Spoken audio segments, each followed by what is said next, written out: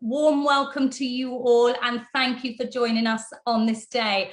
I know we're from different countries all over the place, in different time zones, so thank you for making that effort. So I'm delighted to host the second Women Warriors Network event, The Importance of Positive Mental Health. I am Sandy Donnelly, a passionate advocate for healthy living, female entrepreneurship and empowerment. I'm also the founder of Women Warriors Network, developing circles and networks as a transformational catalyst by connecting extraordinary, ordinary, inspirational women and also supermen. It's not just all about women, we're just leading on this occasion. I am a thought leader in women empowerment.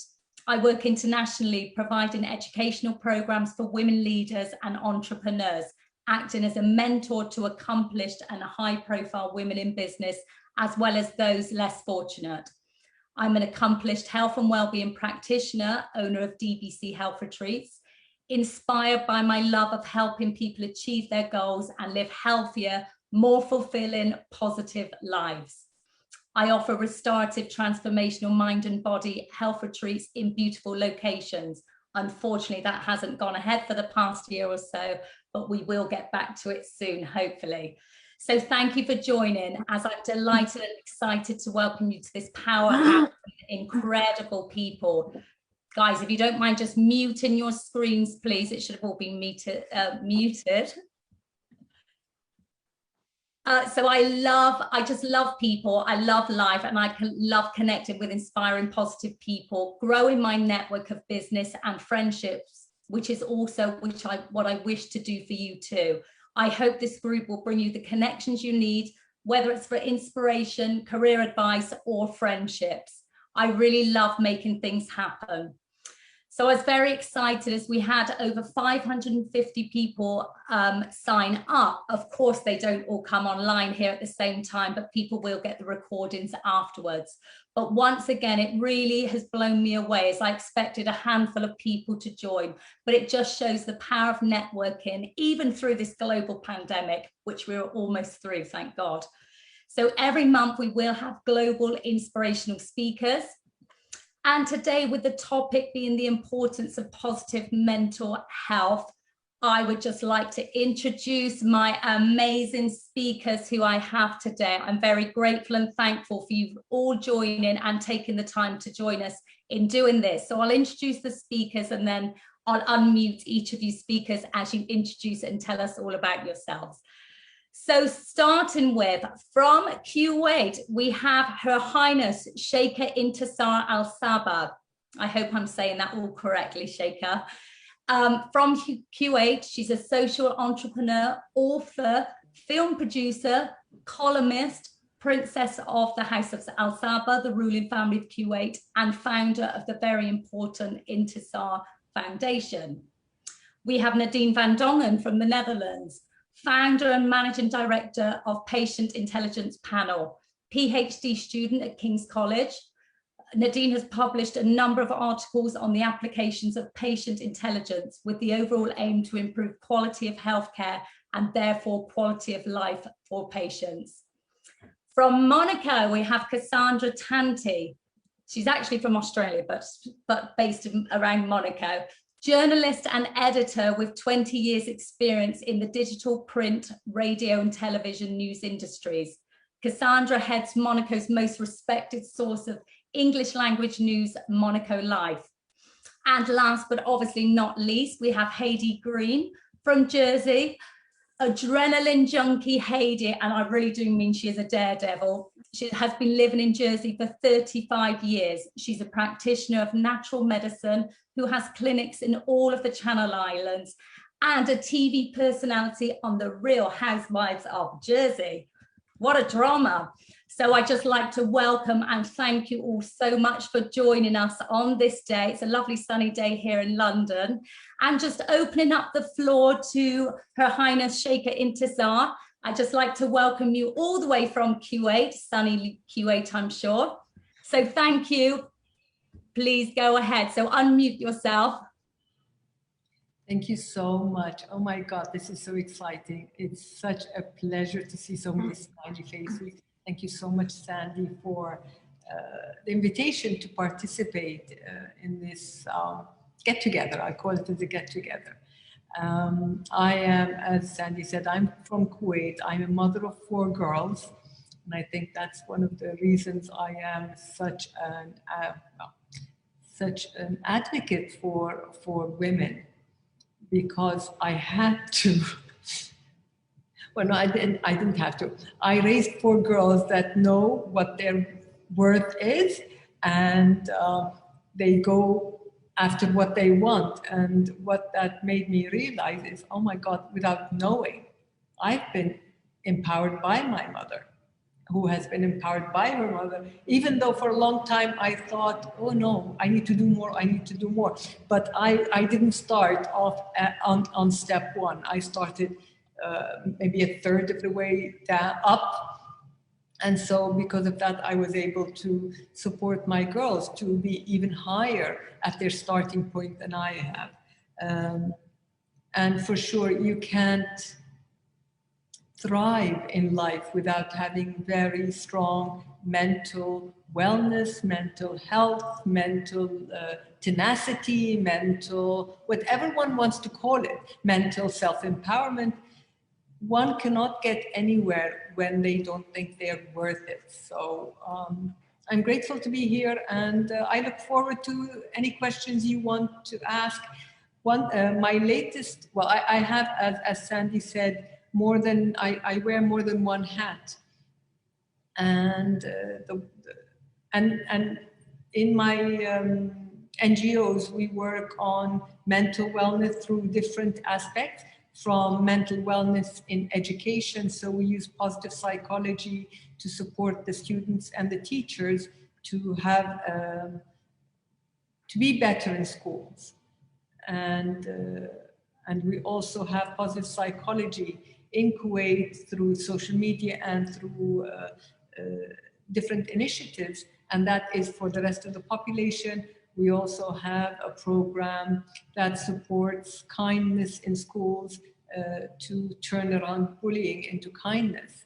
And we use applied theater for that. So positive psychology, applied theater, and my latest NGO, we use drama therapy to support the self-empowerment of Arab women to become peace builders. We believe that, I strongly believe from my experience as a victim of war, having fled my country when Iraq invaded, that I was severely traumatized. I didn't think so at the time, but in hindsight, I was severely traumatized because I was an unwilling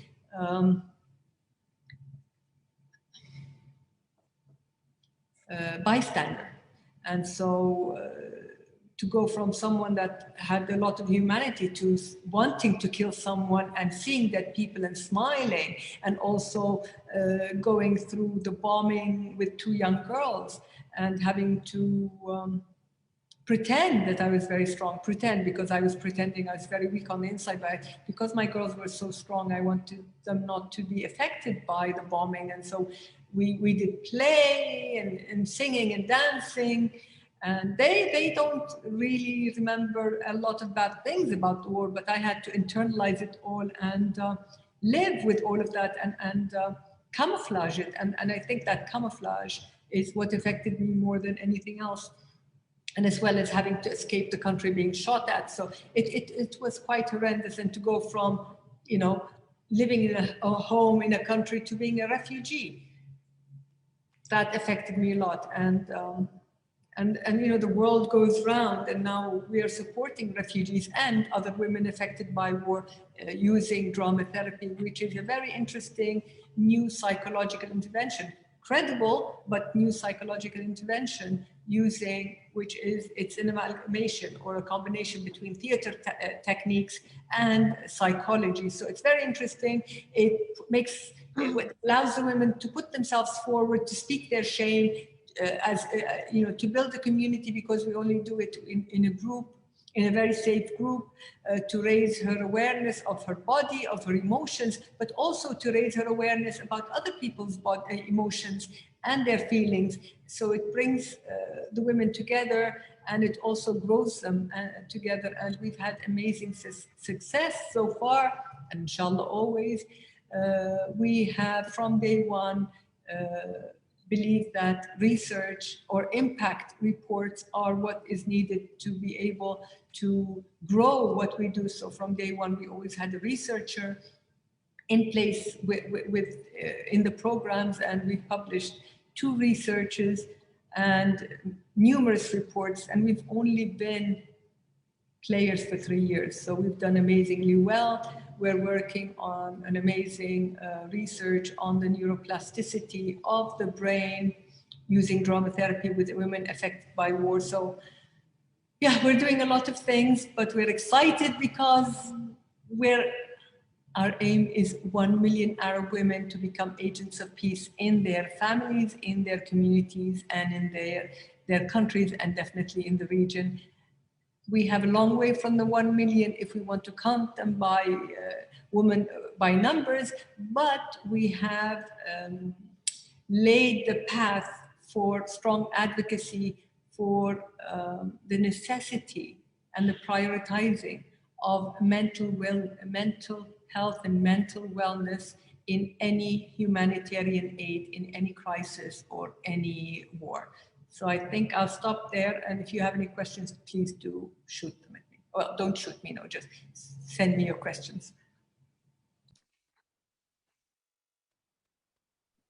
Thank you so much, Sheikha. That's beautiful. And I've looked at a number of your interviews, and obviously I know the past one when Iraq, I don't know it, I've read up on when Iraq invaded Kuwait, but I can't even imagine, I have 2 daughters myself, I can't even imagine going through something like that.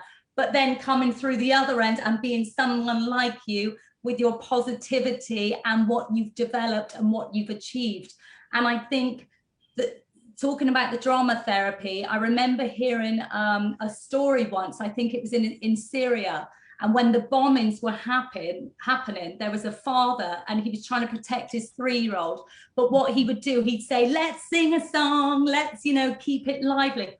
And I'm hysterical going, imagine doing that with your child. I mean, imagine just you're trying to block out this horror going on in your surroundings. Yeah. So, I mean, I think that's maybe. Yeah, thank you. It came, see, I didn't think of it. I mean, I was 24, 25 at the time. So yeah, no, maybe 25, 26 at the time. And I didn't think of it. It's just a motherly instinct to protect these girls from being horrified by the bombing. So we pretended the bombing, they didn't see it. So we were in the basement. So I said, oh, there are fireworks. Oh, and then the first time fireworks, the second time we put music to the horror of my grandmother who was shaking. And so we went to another room and she was like, don't do that. Let them know what's happening. No, they don't need to know what's happening. But again, it's like my grandmother was so distraught that she wanted everyone to know what was happening. And I was like, no, I don't want the girls to go through this. And so thank God I followed my instinct. Otherwise I'd be sitting there with them and crying and really sort of messing up their whole life by that trauma when they were between 4 and 5. Yes. So one thing I'm grateful for is everything that has gone through my life. I hated it or I liked it at the time, has brought me to where I am now.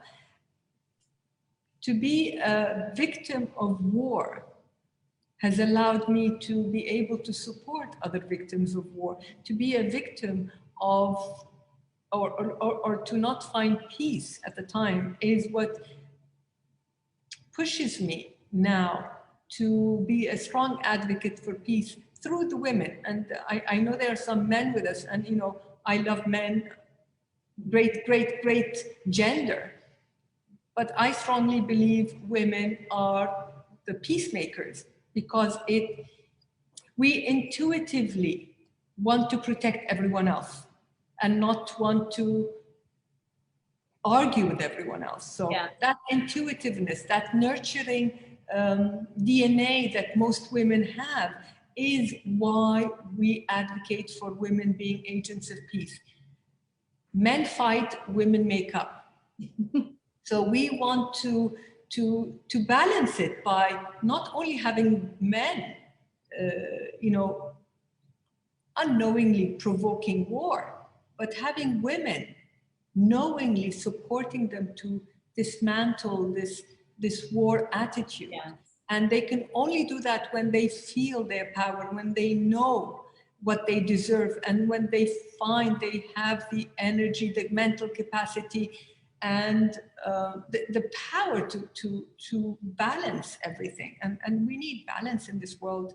And we're getting there, which is very important. And I think that's wonderful. And I think everything what you've just said, I think men and women both together, we can relate to it, not of war, but from our experiences. But as you said, from your daughters, I think a key point there, if you didn't protect them as you did, mentally, they could have been affected for life. So thank God you've came through, your girls are through it, and hopefully we'll build a very peaceful war. But what I'd like, and we'll discuss it at the end, and when we do the just go through a couple of questions, is I would love you to share the report on about the neuroplasticity.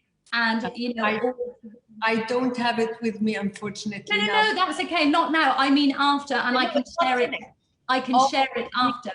Oh, we've just started the research, so we're still gathering information. And with the COVID, we're not able to really advance as much as we want to, because what we're looking at is not only measuring the brain activity and the brain neural pathways and the brain neurons, but also the bodily functions. So when this COVID crisis distancing stops, we'll be able to continue our research. Well, good luck with that. And then maybe what I can do is share some links just to do with the peace building, what other people maybe can become involved with, just so they know about the Intisar Foundation. Thank you, Sheikha. I will just mute you for now, as I'm going to pass over on to Nadine Van Dongen from the Netherlands, but she's based in London. So very welcome, Nadine. Oh. Thank you very much.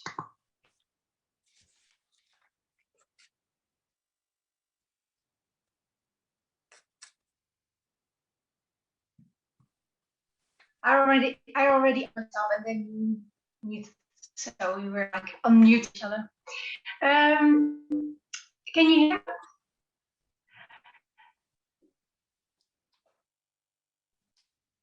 Sandy, can you hear me? Sandy, can you hear me? Oh no. Sandy, can you hear me or not? Yes. Yes, okay, sorry, yeah. Of all the days, of course, today is the day that I have bad internet connections. So I'm sorry if it's getting really bad. But thank you so much for your time, and thank you Intisar Al-Saba as well for your interesting story and also your passion you speak with. It's really amazing. If you cannot hear me because of my internet connection, Sandy, can you just wait and I can just adjust things, or maybe just move to the sit next to the modem or something. But also thank you, Sandy, for the invitation. But to be honest, you are my inspiration, both in business and in personal life as well.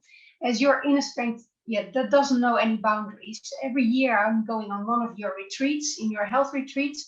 And to be honest, that helps me with my mental health, because it's always beautiful and the way you set it up. But not only the way the retreats are run, but also your kindness and your business is always putting people's happiness and health first. So thank you for that as well. And that also brings me to the topic I was asked to speak about today, because the importance of mental health. And when you hear that, the title, the importance of mental health, for me, that's immediately a research question. I'm a researcher, and the research question, what is the importance of health? And if this was a different audience and a different setting, I would now talk to you about a survey I've done with 1,000 women, talking about what they thought is the most important of mental health. but it's Monday morning. I won't put you through a research report or an outcome. Now, instead, I'm gonna tell you a little bit about how positive mental health played a part in my life, and also how kind of me as a Dutch entrepreneur living in London use positive mental health to build my company and my life as it is now. And when Sandy asked me to speak at this event, she knows I work with pharmaceutical companies and in the healthcare industry. I started to think about how can I introduce the link between positive mental health and my story of building my business. And I think, a picture says more than 1,000 words. So I chose a picture to show you now. And Sandy, can I share my screen? Because because then through the picture you can always see quickly what somebody says. So this is my picture of positive mental health. As you can see, can you all see it? Yeah. So yeah, it doesn't really look that positive and that's happy and friendly, but I can tell you that it is for me intertwined in my life as the most positive events that happened to me. And what happened was 15 years ago. So I'm going to stop and share because it's not that interesting to kind of keep looking at. But yeah, so 15 years ago, I was driving on the motorway in the Netherlands, and I got into a collision with another car who didn't see me coming. And my car flew through the air and rolled 3 times. And at that same moment, while I was in the air, an empty ambulance drove by. And the empty ambulance was the first people to help me. And they got to me, they got me to a hospital, and they kept me in an induced coma for 2 weeks. I'd broken my neck and my arm severely, and kind of I had to get through that process of rehabilitation to learn to walk again. Before I was working in a pharmaceutical company in the Netherlands, and I was young and I was challenging my bosses always to think more about patients in this pharmaceutical industry. And they said, oh, maybe next year, Nadine, you with your patients, maybe next year. But then they were always focusing on what doctors want in their kind of in their business of in medicine. But then there I was a patient myself, and I was in so much pain, especially nerve pains, that I wanted these medicine companies in pain medication to understand what I was going to kind of got to learn about my priorities in life. And I wanted them to understand what the pain medicines they were making, how that would affect me. And I was lucky enough that I worked in the pharmaceutical industry, and I had friends who kind of who were talking to find out new medication in pain killing, and I got the better painkiller for me, and in that way I was lucky. But then after rehabilitation and walking again, and nowadays this big scar on my arm is the only memory of that car crash. But I just understood one thing. I was thinking, I've got a second chance in life, and I was lucky that I survived, but also that I got the right medication through my pharmaceutical company connections. I need to make this work. I wanted this accident to really be the best thing that happened to me. And I had to go through this pain and through this tiredness. And I started to think, and after I moved to London, and I started working in an online research company, and that's where it all came together. And that's where I started my research company. It's a patient research company. It's called Patient Intelligence. And our aim is, our vision is to make companies more patient intelligent. And in order to do so, to make the companies more patient intelligent, we started a movement. And this movement gets patients to our website, and they can become a member and share their voice through interviews or surveys or focus groups. And every time they complete a survey, we donate money to charity of their choice. So health charities. And we focus not on, is this drug working for you or is this drug not working for you? No, we focus on their beliefs in medication and their beliefs in their patient journeys. And that's how we want to kind of educate pharmaceutical companies. So if I can make like an example of a study we've done with linked to mental health, positive mental health. It's a study that we did last year in 4 countries in Europe, whereby we asked 120 women diagnosed with breast cancer how they dealt with their quality of life and depression and anxiety, so their mental health status. And we found out in this research that acceptance of the diagnosis, so acceptance of having breast cancer, that was correlated to better mental health. So people who are accepting their disease, they had a stronger, more positive mental health and therefore better quality of life.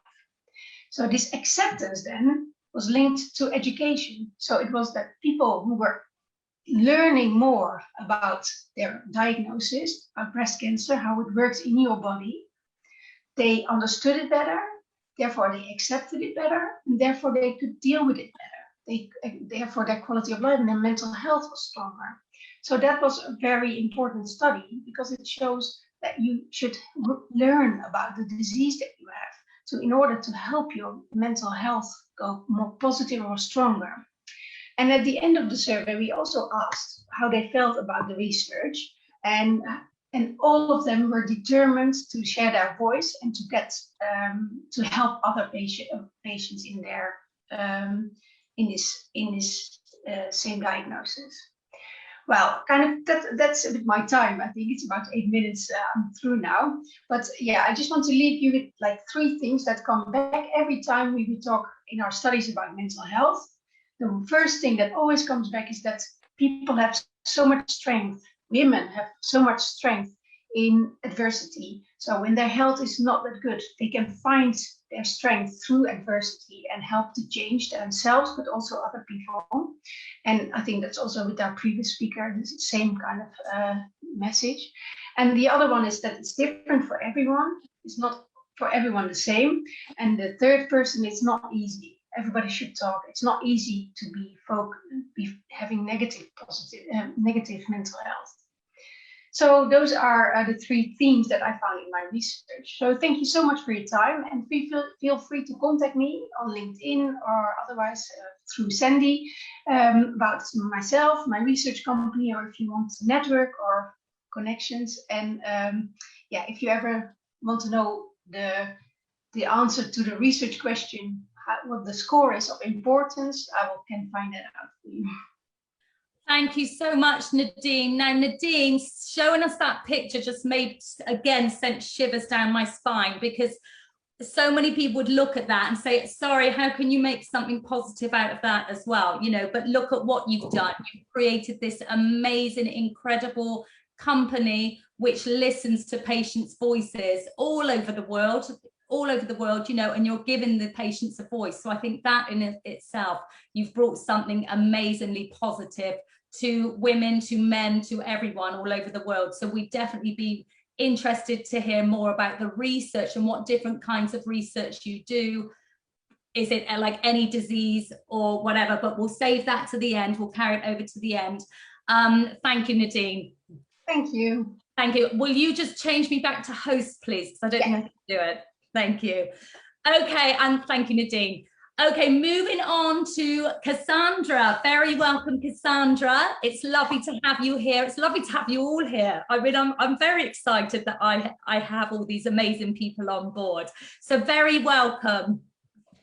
Thank you, Sandy. It's really interesting to hear different stories. Sheikha, obviously, with her experience with the Iraq War, and how, you know, shaping mental health is about re-educating yourself and learning new things and learning new techniques. And the same with Nadine, understanding more about your illness is what empowers you. It enables you to have a better outlook, a better mental health. And the same thing can be said for the media. I think when we focus too much on one particular source of information or one particular topic, that generates, it validates what we're thinking.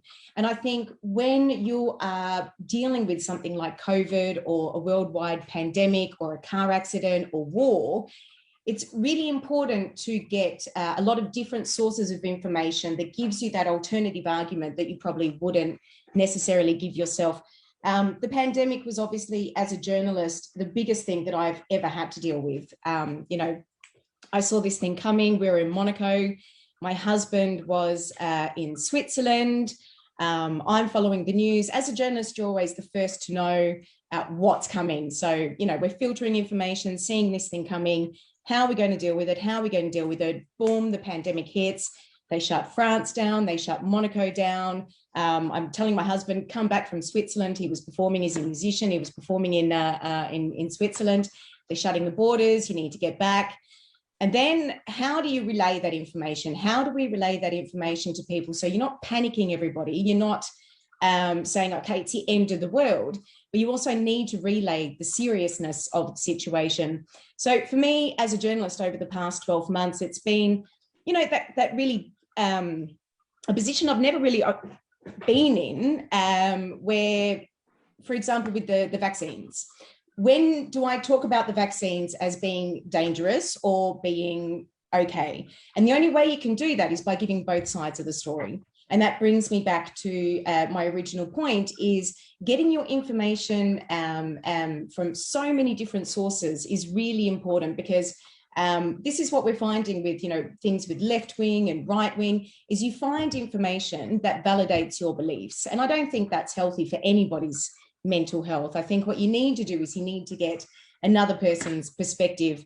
In terms of being a mother and having 2 young girls, how do I protect my children in a worldwide pandemic as a journalist, writing stories at 9, 10, 11 o'clock at night as they're coming in, because you want to give readers the most updated information.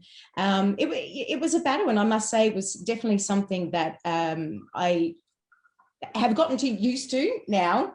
But what are those conversations that you have with your children? I'm used to having those, presenting that information to our readers, but it was very different between having that conversation between a 4 and a 7-year-old and protecting them and their mental health and getting their head around what was happening, while also getting my head around what was happening. So mental health is so important from young children in a pandemic. Protect them, but also don't treat them as little people. They're very intelligent. They know exactly what's going on. You've got to have those conversations. You've got to talk about what's going on in the world. Things in Monaco, we're quite lucky. We're quite a small community, living in a bit of a bubble in Monaco. So kind of when the pandemic hit, everybody just went, whoa, what do we do? Do we run? Do we go to our second homes, or do we stay? And a lot of people left. A lot of people went to their home countries and then had difficulty getting back in. But Monaco was lucky. It's quite a protected little bubble. They closed the borders down. They've had restaurants open in Monaco where they've been shut in France. And the prince is trying to resume some kind of normal life. So you've got that battle of, we're trying to be normal, but we're still trying to protect people. And I think Monaco has managed to be a really good example of how you can do both, how you can protect your population, but still giving people a reason to get up every day and hope. And I think of all the people that I interview and talk to, there are 2 things that we always, at the end of the conversation, is what was your silver lining? And everybody has a silver lining out of COVID. And that is one of those inspirational things that whether it is a diamond trader or a mother of 3, or everybody has their silver lining. They spent more time with their family, especially in Monaco, lots of people working, or they went down a new career path because their original career had to stop because of COVID. So everybody has a silver lining. So I think COVID forced everybody to stop and rethink their position in life, what means most to them, and where they're going in the future. And the second thing is hope. We've never had more hope. I don't think. I can't imagine what it's been, like in war with Sheikha. It's an incredibly different situation, but what I'm also seeing is that hope, the hope that things will be better, the hope that things will change. We were hoping 2021 would be better. Obviously in Monaco, we were hoping to have the Grand Prix back to normal, major events, because Monaco is all about celebrating life and fun and having fun, and a lot of those things are being put on the back burner. But yeah, if we can hold on to something, and that is hope. And I think for our mental health, it's really important to have hope and look to the future, because and see the positives out of all of our situations. Like Nadine was saying, she found the positive in her situation, and it turned her into this new career path. And I think we can all find that if we look. Thank you. Oh, thank you so much, Cassandra. I think that was a very positive story to tell about with the lockdown. I mean, in a way, we're not gonna forget it for years to come. But as you said, the way the Principality in Monaco, they handled it, maybe being a smaller area, a smaller community as such, it was dealt with a lot easier, more smoother than in other big countries. I mean, I know for us, I remember that first lockdown, I thought, it won't happen. I must be one of the most positive people. It won't happen, it won't happen. And then my daughter and I went to the supermarket, and people had toilet rolls under their arms, in their baskets. And I thought, huh? The shelves are bare. What, seriously, is this happening? And I said to my daughter, it's fine. And then when we're running out of toilet roll, I was like, okay, it's happening. It's really happening.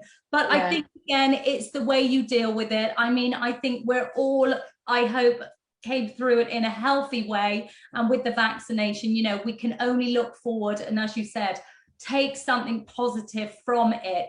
You know, we haven't lived through, like Sheikha, through a war. We've lived through a global pandemic, but, you know, we are coming through the other side. It's spring is in the air, and I'm meeting all these amazing, incredible people. So I hope, you know, onwards and up, I say. Thank you, Cassandra. Yeah, Sandy, I think one of the things is also the fear of the unknown. And I think that was why you had mass buying of toilet paper, or, you know, clearing out the shelves. And I think that was more scary than the actual virus itself, was people's reactions, and how is society going to handle this when everybody's going crazy? And then the fear of the unknown, I think, was the biggest thing. And 12 months in, you know, although we've got the variations and the mutant of the virus, I think we're less fearful now of what is lying ahead, and we can have that hope, and we can look forward to an end with vaccinations, with traveling again, and just traveling around Europe or going to the other side of the world. It's yeah, we have stuff to look forward to. Thank you. And I mean, that's a really big key thing for me, and like many people, is the travel. And I mean, one of the things I hope to gain from this virtual networking with the monthly meetings is that we will end up in Monaco, Jersey, Kuwait, UAE, Netherlands, wherever it may be, and have these meetings in person. Because I'm a hugger. I need to hug people. This distance thing, it's difficult for me. Anyway, moving on to our daredevil, and she really is a daredevil, is Hedi Green. I'm so excited. I spoke to Hedi.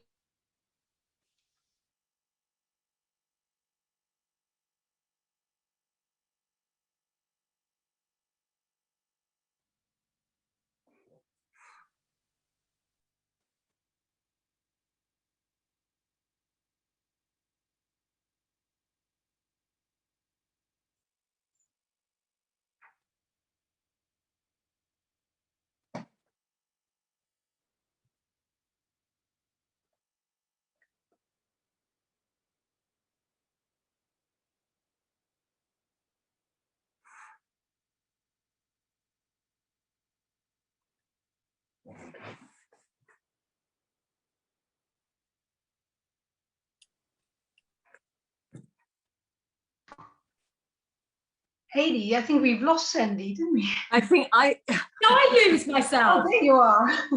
I apologize. I was doing an amazing introduction to Hedi, and then suddenly I was like, oh, everybody's frozen. I thought, okay, it must Mina.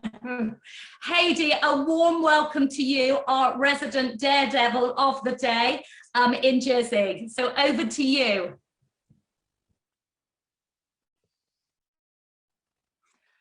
Thank you, Sandy. Yes, I was just wondering whether I should jump in. It's always when technology goes against you.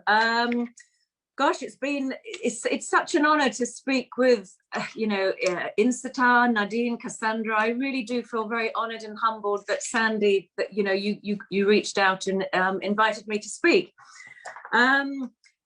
Gosh, it's so difficult to know where to start, but having listened to Intisar speaking about her experiences as being a refugee, it just reminded me that I actually come from an incredible line of women warriors. I was going to start with my daughters, but actually I'm going to start with my mother and my grandmother.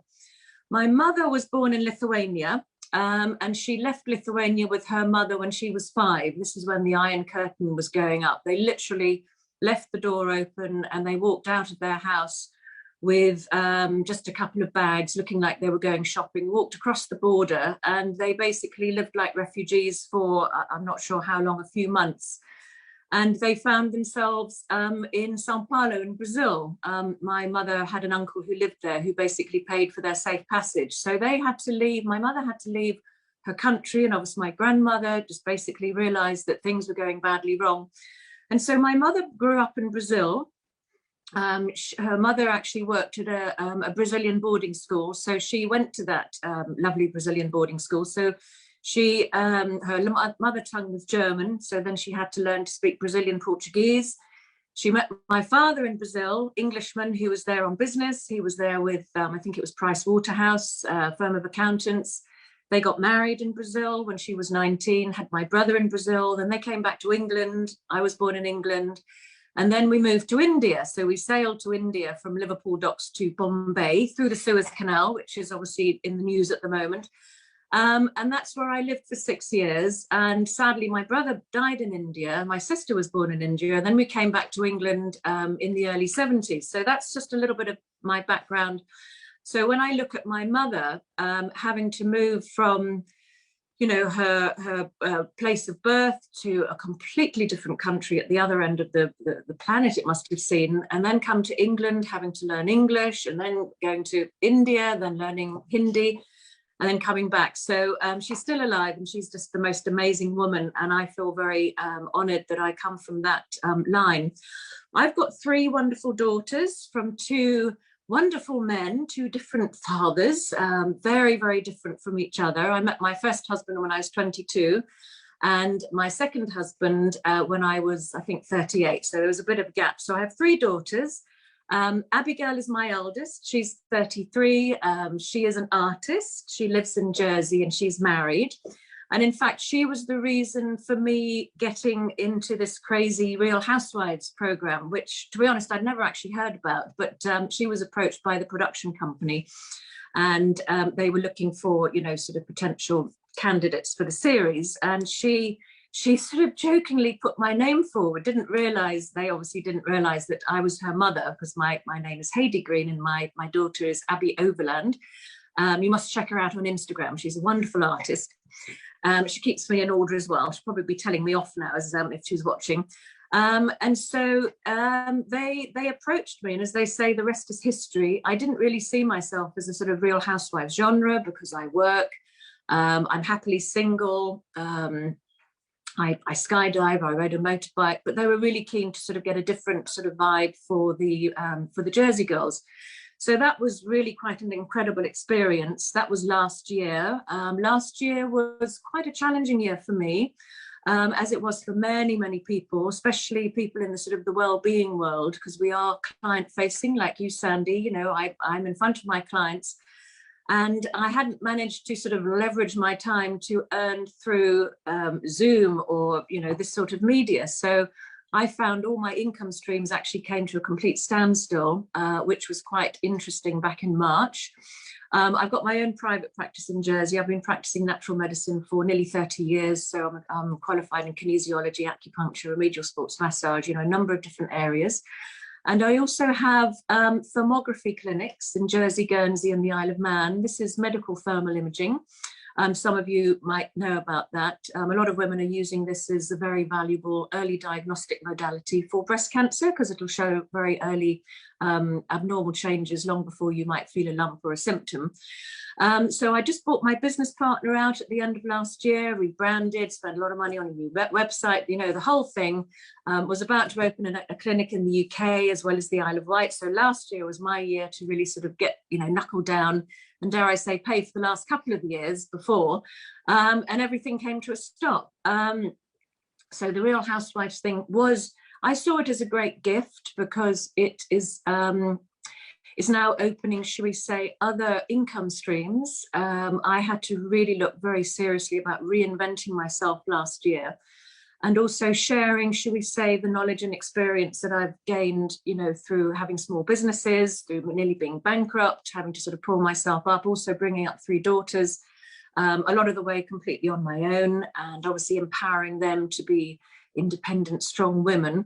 And so it's, you know, I did see it as a gift. A number of people really questioned why I was doing it, because of course, when you put yourself into, should we say, your head above the parapet, you're opening yourself up to, you know, perhaps unpleasantness and trolls. And of course, you don't know how the edit's going to go on the program. And I was just very, very aware that me being in, should we say, the well-being world, I did not want to come across as, you know, being unkind or bitchy to any of the other girls, who are all fabulous. I must tell you, that was one of the great things about being in the program, is to getting to know some wonderful women that I hadn't met before in Jersey.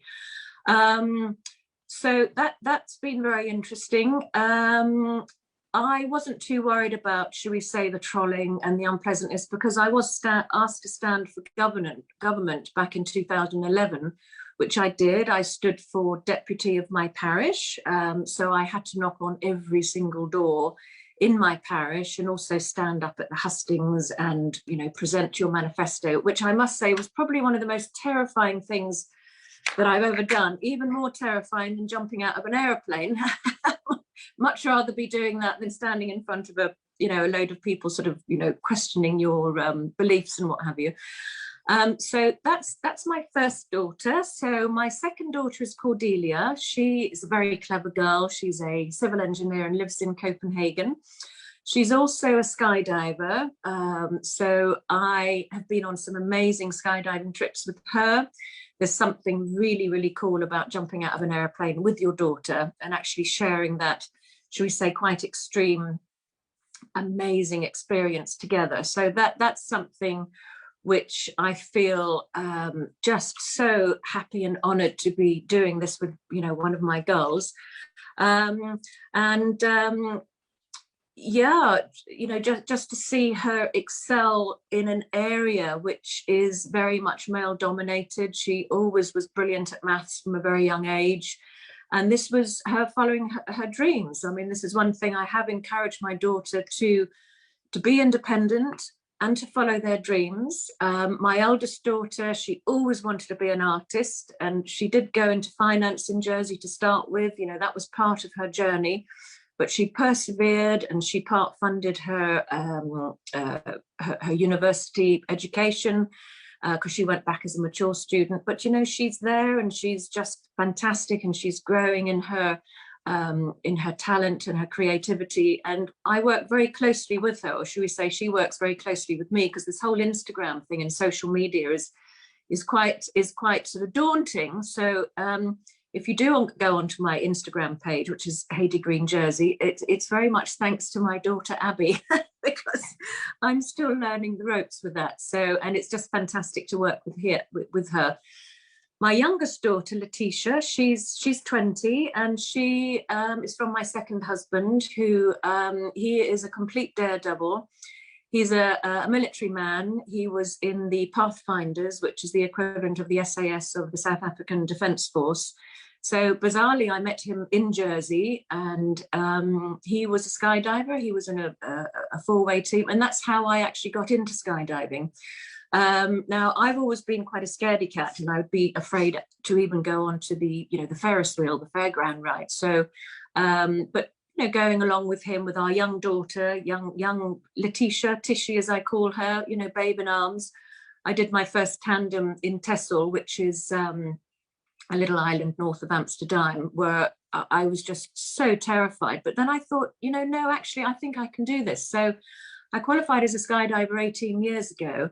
And 2018, I was asked to be in a four-way skydiving team, which was my absolute dream when I first started skydiving. And I could never see how that was going to happen because I lived in Jersey. You can't actually team train in Jersey because we don't have the right aircraft. You know, you need to go away so you can get at least sort of 6 or 8 jumps in a day. You need to be close to a wind tunnel. So anyway, 4 of us made it happen. And so, you know, we traveled all over the world training and also in wind tunnels.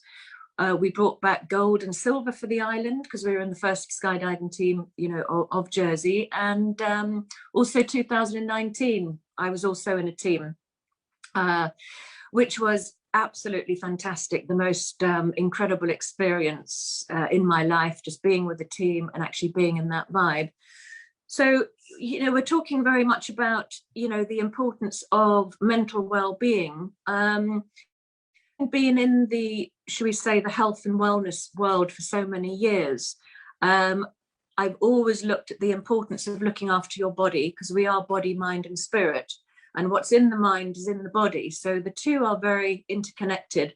And our spirit, basically, I believe, takes care of itself. I believe that our spirit is our higher self, our soul, whatever belief system you come to.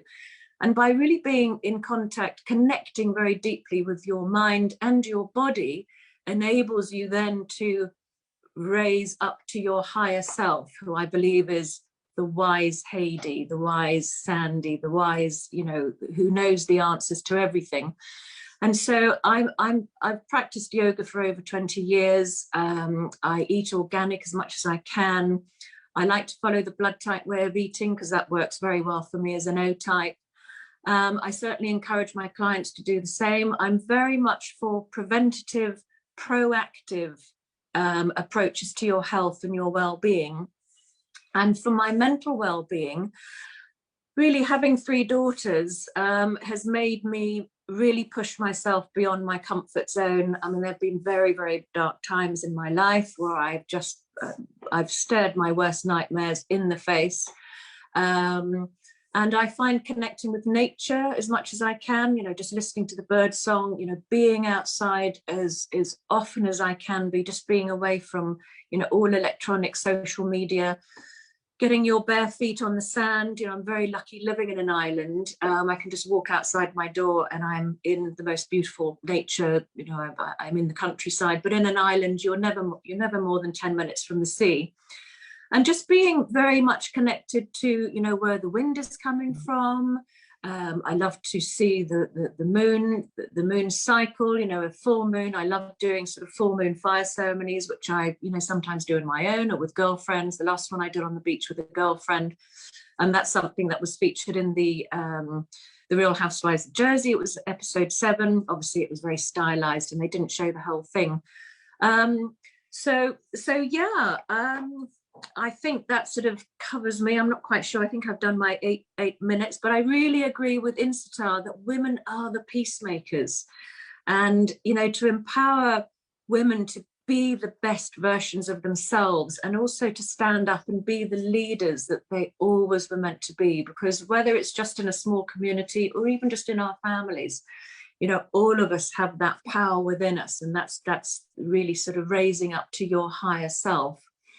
So anyway, over to you, Sandy. I'm not sure if I need to do anything. Do I need to switch my... I'll just mute you for a second. Thank you, Hedi. I mean, how incredible. I mean, what a daredevil. I mean, you would never see me throw myself out of a plane.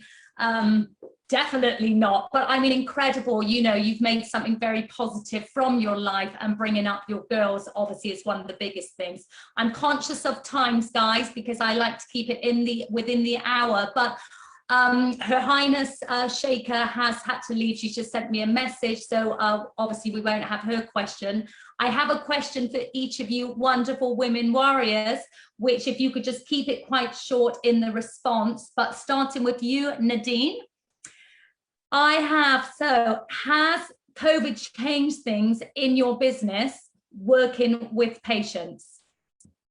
Yeah, I think it has, but you would think it's negative, but my business is doing really well. And the reason for that is that people are actually now starting to think that they want to give meaning to their life. So the people working at pharmaceutical companies are now all of a sudden wanting to really think further also about patients. So they now come knocking on my door. Before I had to knock on their door. Now they're knocking on my door saying, we want to learn from patients. So in a way, yeah, it's been a positive shift where people have started to reevaluate their jobs and what they want to do in life. Thank you, Nadine, but I could totally get that. I mean, I'm sure, you know, maybe they've had more time, you know, during this, throughout like lockdown and everything, that with the pharmaceutical companies, they need you. They really need you. Maybe also the people started to think about, oh, what do I really want to do? And I want to help patients. So yeah, it's been good. Good. No, thank you. Thank you, Nadine. Cassandra. So I know we could say about negativity in anything media, but we know negative media can affect mental health. But can you give an example of positive media that can benefit mental health? So the opposite way. Yeah, I think the role of the media is always to give two sides of the story. So we have a responsibility and an important job to sometimes report the negative side of society and life and everything its function. And that's really important because society needs to be educated about what's happening with their government or, you know, health and well-being and everything like that. I'm not talking from a Daily Mail perspective. Don't read any of those, you know, extreme left or right media. I'm talking about general media. But in the same sentence, that's something that we like to do at Monaco Life is profile people who have a very interesting story to tell, get inspiration from somebody who has found an opportunity in something and ran with it, or there are so many inspirational stories to tell. News will always be news, and we have a very important job to do, and that should generally be giving both sides of the story. But positive can be in a photograph. Positivity can be in the fact that everybody woke up today alive and happy and healthy. You know, like, I think if anything this pandemic has shown us is you never know what is around the corner. So we can see the positivity in everything. And just if you feel like you're bombarded by negative news stories, or there's so much overwhelming information on your social media, on your news feed, or wherever you get your news and information from, then maybe, you know, change where you're getting your information from. Maybe the BBC is better to watch than the Daily Mail, or, you know, there are always positive stories out there, and it is what you seek, as I was saying before, that validates your beliefs and your belief system. So it is like life. There are positive stories where you find them. I absolutely agree. Thank you, Cassandra. I mean, to be honest, my mum always says, why haven't you watched the news? Why aren't you listening? And it's like, I only want to hear the good things, the happy things going on. I mean, okay, I might not live in the real world, but again, as you said, choose where you want to read or listen or hear the news. And negative things, of course, are going on, but, you know, it's up to us how we take that. Thank you, Cassandra. And Hedi. So, my little daredevil. So reality TV can fuel people's anxiety about their lifestyles. So Real Housewives of Jersey portrays a very wealthy life and lots of drama. Would you consider appearing on another reality show? Like, I personally can imagine you would be on something daredevilish, like Bear Grylls or something.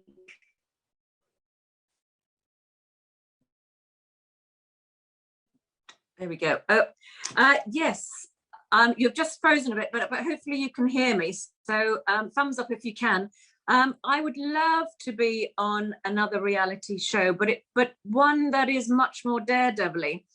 And something which would really, really excite me would be a sort of a Charlie Borman, Ewan McGregor type riding a motorbike program, but with a couple of women doing it, like for myself. And I'm a recent, should we say, recruit to two wheels. I only got my heavy motorbike license last year, so I'm riding a Royal Enfield Himalayan. So I would love to do a motorbike trip from Manali to Leh, which is in Ladakh, which is in the Himalayas. And there's some amazing younger women who've been riding motorbikes for years. There's a wonderful Dutch girl called, her channel is Itchy Boots, and she's basically ridden around the world in the last 15 years. So if somebody out there could maybe get an old girl who's going to be 60 next year, who just started riding a motorbike, because I think there's a lot of ageism still which needs to be overcome. Just because you have reached a certain age doesn't mean that you should stop doing crazy fun things, or, you know, stopping wearing the sort of clothes that you might want to wear. So I would love to do something like that, just to show that it doesn't matter how old you are, it doesn't matter where you've been, what you've done. If you really, really want to do something, and it sounds a bit out there, just, you know, push yourself beyond your comfort zone. I've always said you only start living when you leave your comfort zone. And I have done that many, many times in my life. And I do sometimes question why I've done it at times. But yeah, if there is a reality show that has something like that, I am there 100%. Thank you, Hedi. I think we're going to find you a show. You can give me a backy on your bikey. I don't think I'd be riding a bike, but it sounds great. Anyway, I just want to say a huge thank you to everybody for making the effort today, to our absolutely wonderful, inspirational, extraordinary, ordinary, inspirational speakers we've had today. I thank you. And if anybody wants to connect with anybody, please via LinkedIn or just come through me. You know, it is all about connecting, contributing, and developing some incredible relationships, which I hope we can keep for in the future. And just ending on that note, let's all stay positive. We are all coming through this, thank God. And the next event is going to be on the 10th of May. I'm buzzing with these events now. You know, people are very interested. And the topic is Power of Resilience for Women at the Top. So if you know of any speakers who'd like to join us, or people who'd like to join us, do let me know. But I'm wishing you all a wonderful, healthy, happy week ahead of you. And please stay connected, and I will hopefully see you all in person one day soon. Take care, everyone. Thank you very much. Sandy, bye-bye. Bye, guys. Thank you. Bye-bye.